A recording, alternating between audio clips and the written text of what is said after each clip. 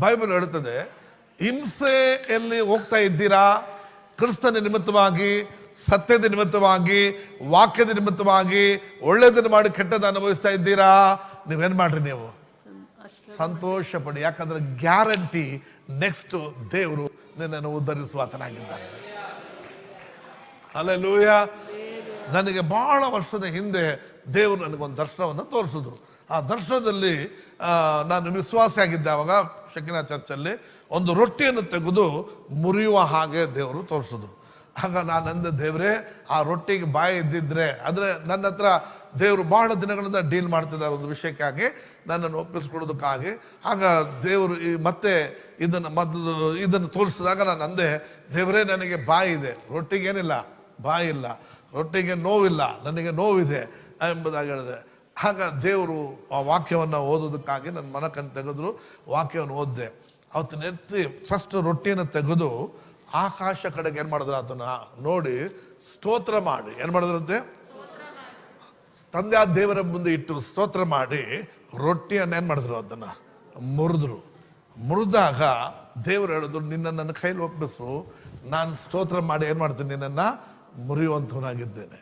ನೀನು ಎಂಬುದಾಗಿ ಹೇಳತಕ್ಕಂಥ ಕಾರ್ಯವನ್ನು ಮುರಿಯೋದಕ್ಕೆ ನನ್ನ ಕೈಲಿ ಕೊಡು. ನಾನು ಅದನ್ನು ಮುರಿದು, ಬೈಬಲ್ ಹೇಳುತ್ತೆ, ಅದು ಕೆಳಗೆ 5,000 ಜನರು ತಿಂದು ಏನಾದ್ರಂತೆ. ನೀನು ಮುರಿಯಲ್ಪಡೋವರೆಗೂ ಜನರನ್ನ ತೃಪ್ತಿಪಡಿಸಕ್ಕಾಗೋದೇ ಇಲ್ಲ.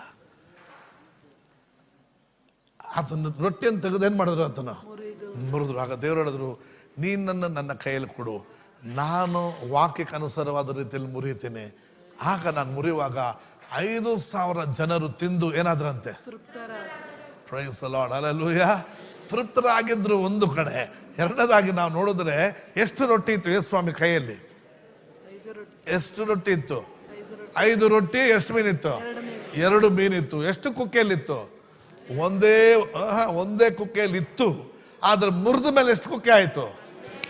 ದೇವರು ಹೇಳಿದ್ರು, ನಾನು ನಿನ್ನನ್ನು ಮುರಿಯೋದಕ್ಕಾಗಿ ಒಪ್ಪಿಸ್ಕೊಟ್ಟಾಗ, ನಾನು ಮುರಿದಾಗ ನೀನು ಜನರನ್ನು ತೃಪ್ತಿಪಡಿಸ್ತೀನಿ, ನೀ ಅಂತೂ ಖಾಲಿ ಆಗೋದಿಲ್ಲ, ಇನ್ನೂ ಹೆಚ್ಚು ಮಾಡತಕ್ಕಂಥವನಾಗಿದೆ. ಹಲ್ಲೆಲೂಯ. ನೋವಾಗ್ಬೋದು, ಅವಮಾನ ಆಗ್ಬೋದು, ನಿಂದೆ ಆಗ್ಬೋದು, ಕೇವಲ ಪಡಿಸ್ಬೋದು, ನಮ್ಮನ್ನು ಎಲ್ಲ ರೀತಿಯಲ್ಲಿ ಅಳಿಸ್ಬೋದು, ಎಲ್ಲ ಮಾಡ್ಬೋದು.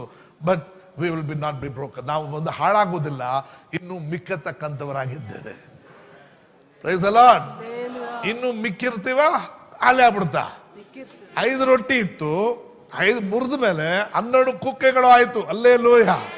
5,000 ಜನ ಕುಕ್ಕೆ